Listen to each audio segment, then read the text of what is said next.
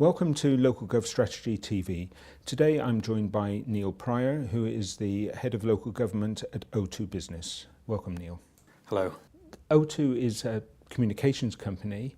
Its business is not transforming local government, yet there must be ways in which you can assist local government to transform itself. So could you talk a bit about how you're doing that?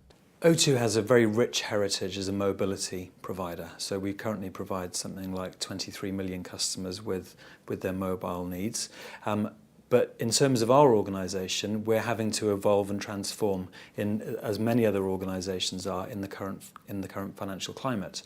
So the role that we have as a local government practice within O2 is very much about bringing existing mobile technology, more traditional IT infrastructure such as fixed line and data services, but also looking at how we can bring emerging digital products that we're both developing for our consumer customers and our businesses and make them again relevant to local government. So I think we do have a part to play in local government's transformation.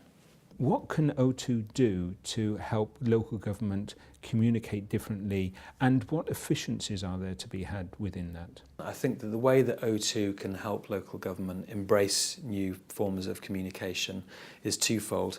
First of all, we have a new digital business within O2, so we're exponents of using social media. In fact, we have something like 70,000 followers on Twitter.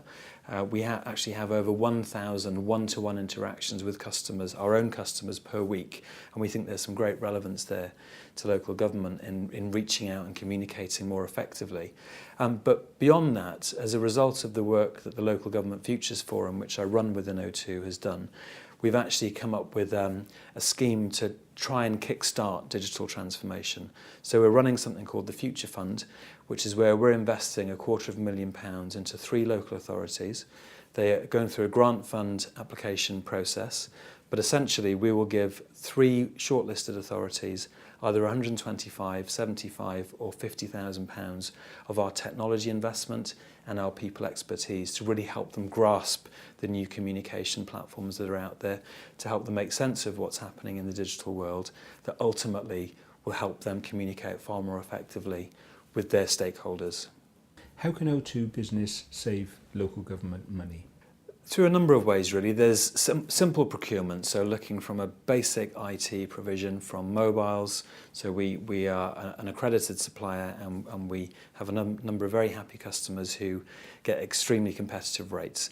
Taking it on from there, what we tend to find is that the average local authority has in excess of 50 IT suppliers. So through O2 Unify, we can actually look to manage those suppliers and provide a far greater range of services than local government might have previously thought, ranging from fixed line to data centre to manage WAN, right through to PBX and all the traditional infrastructure elements. So there's a saving to be had there. But I think that my ambition and my vision for working in local government with O2 is that we take that on a step.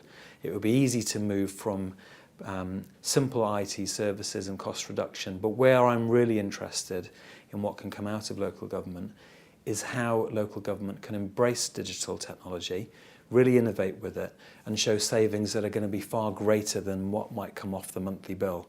So I'm talking about having a much greater impact and doing more with less. We've talked about demand for services this morning, so I think there are some nuggets out there where we'll see innovative chief executives and members from local authorities grasping digital technology that's going to show a far more significant impact in terms of cost saving whilst providing a better service as well. And I think that is really where the big opportunity lies, both for O2 and for the local government sector as a whole. And are you seeing a kind of queue of chief executives at your door wanting to grasp new ways of working using, particularly using communications?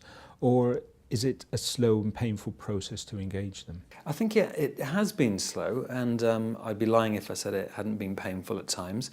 However, what I've had to realise is that O2 as a mobile provider has been seen as just that. And what I'm trying to do, and I must say that we have a pretty significant network now of innovative chief executives, innovative heads of service and directors who are actively engaged with us in shaping how some of these solutions might look in the future.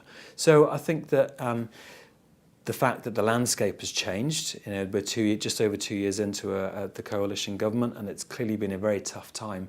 I think coupled with what we're trying to do as an organisation and make a statement in the sector that we're here to help, we're here to create some fresh thinking, and we're here to innovate, and we're not about preaching at local government, but we're about working with them to make services that are relevant for them, coupled with the fact that it is a very different financial and economic climate, then clearly I think that there has been more of an openness.